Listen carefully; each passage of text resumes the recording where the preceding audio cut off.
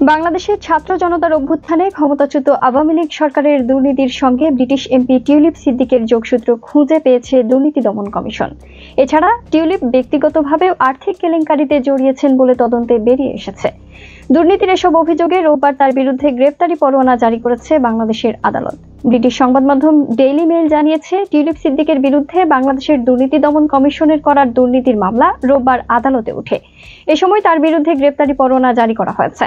আর এটি হলে বিচারের মুখোমুখি করার জন্য টিউলিপের বাংলাদেশে প্রত্যর্পণের পথও প্রশস্ত করবে। প্রতিবেদনে বলা হয়, ঢাকার পূর্বাঞ্চল নিউ টাউন প্রকল্পে প্লট বরাদ্দে অনিয়মের অভিযোগে দায়ের করা একটি মামলায় বৃহস্পতিবার সাবেক প্রধানমন্ত্রী শেখ হাসিনা, তার মেয়ে সাইমা ওয়াজেদ পুতুল সহ 18 জনের বিরুদ্ধে অভিযোগপত্র গ্রহণ করে গ্রেপ্তারি পরোয়ানা জারি করেন আদালত। তাই ধারণা করা হচ্ছে, টিউলিপের বিরুদ্ধেও এ মামলায় গ্রেপ্তারি পরোয়ানা জারি হতে পারে। বাংলাদেশের ক্ষমতাচ্যুত প্রধানমন্ত্রী শেখ হাসিনার বোন শেখ রেহানার মেয়ে টিউলিপ সিদ্দিক। ব্রিটিশ নাগরিক টিউলিপ যুক্তরাজ্যের নগরমন্ত্রী হয়েছিলেন। শেখ হাসিনার পতনের পর বাংলাদেশের দুর্নীতির সঙ্গে তার জড়িত থাকার প্রমাণ সামনে আসে। এতে দলের ভেতরে বাইরে চাপে পড়েন টিউলিপ।